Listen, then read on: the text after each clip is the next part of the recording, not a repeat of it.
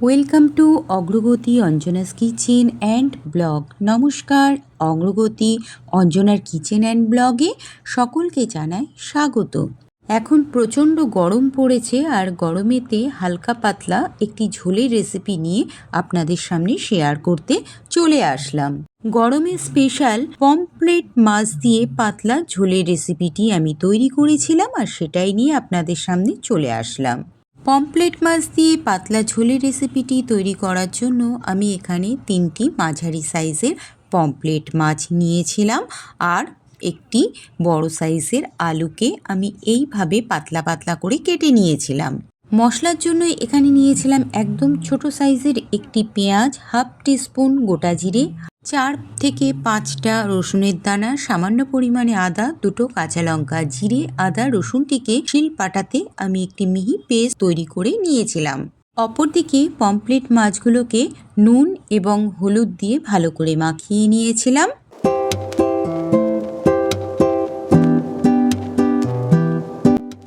এবার গ্যাসের ওভেনেতে একটি কড়াই বসিয়ে নিয়েছিলাম, তাতে প্রয়োজন অনুপাতে আমি কাঁচা সর্ষের তেল গরম করতে দিয়েছিলাম।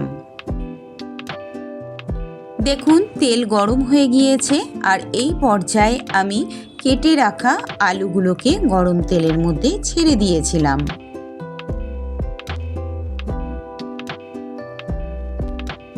তেলটা যেহেতু যথেষ্টই গরম হয়ে গিয়েছিল, আলুগুলোকে ছাড়ার মাত্রই কিন্তু বেশ রং ধরে এসেছিল। দেখুন, বেশ সুন্দর লাল লাল রং হয়ে এসেছিল।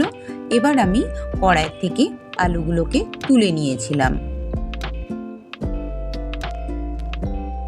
আলু ভাজা হয়ে যাওয়ার পর আলু ভাজার তেলের মধ্যেই আমি পমফ্রেট মাছগুলোকে গরম তেলের মধ্যে ছেড়ে দিয়েছিলাম।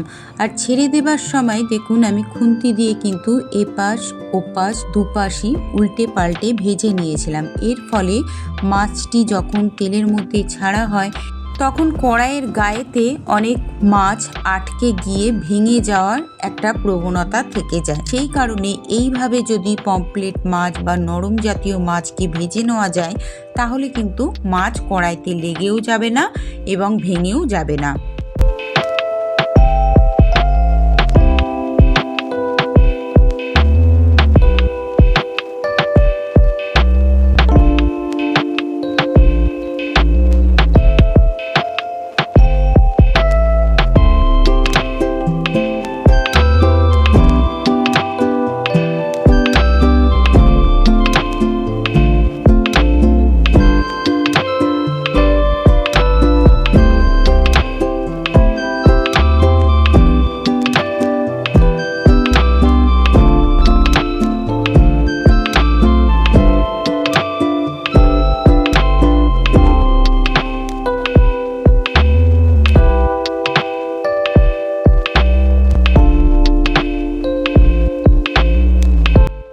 এবার মাছ ভেজে তুলে নেবার পর গরম তেলের মধ্যে ফোড়নেতে কুচিয়ে রাখা পেঁয়াজ, কাঁচা লঙ্কা ও হাফ টেবিল স্পুন কালো জিরে ফোড়নের মধ্যে দিয়েছিলাম।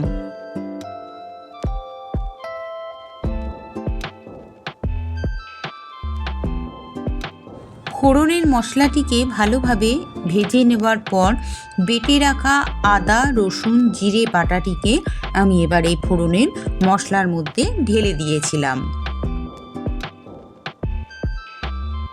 এবার এর মধ্যে হাফ টেবিল স্পুন হলুদ গুঁড়ো ও হাফ টেবিল স্পুন লবণ এই মশলা কষাটির মধ্যে ঢেলে দিয়েছিলাম। এবার ভেজে রাখা আলুগুলোকেও মশলা কষার মধ্যে ঢেলে দিয়েছিলাম।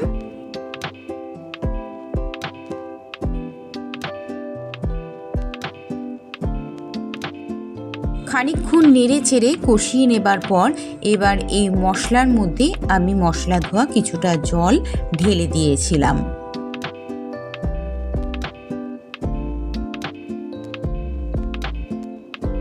মশলা ধোয়া জলটিকে মশলার মধ্যে ঢেলে দেবার পর এর ভেতরে আমি একটি ঢাকা চাপা দিয়েছিলাম, এবং ঢাকা চাপাটিকে দিয়ে মিনিট 2 মতো ফুটিয়ে নেবার পর এবার আমি ভেজে রাখা মাছগুলোকে ওই ঝোলের মধ্যে ঢেলে দিয়েছিলাম।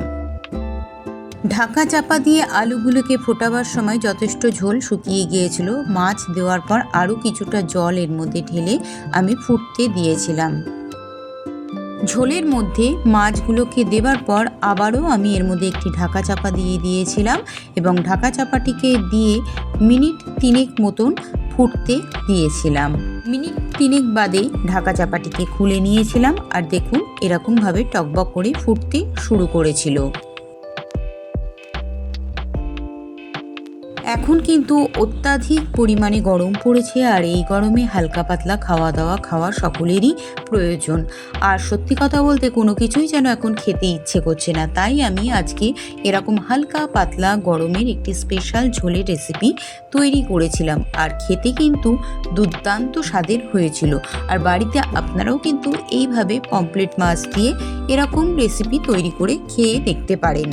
এবার আমি একটি আলুকে কেটে দেখিয়ে দিই। আলুগুলো সেদ্ধ হয়ে গেছে আর 1 মিনিট মতন ফোটালেই আমার ঝোল কমপ্লিট। এবার আমি ঝোলটিকে কড়াই থেকে নামিয়ে নিয়েছিলাম।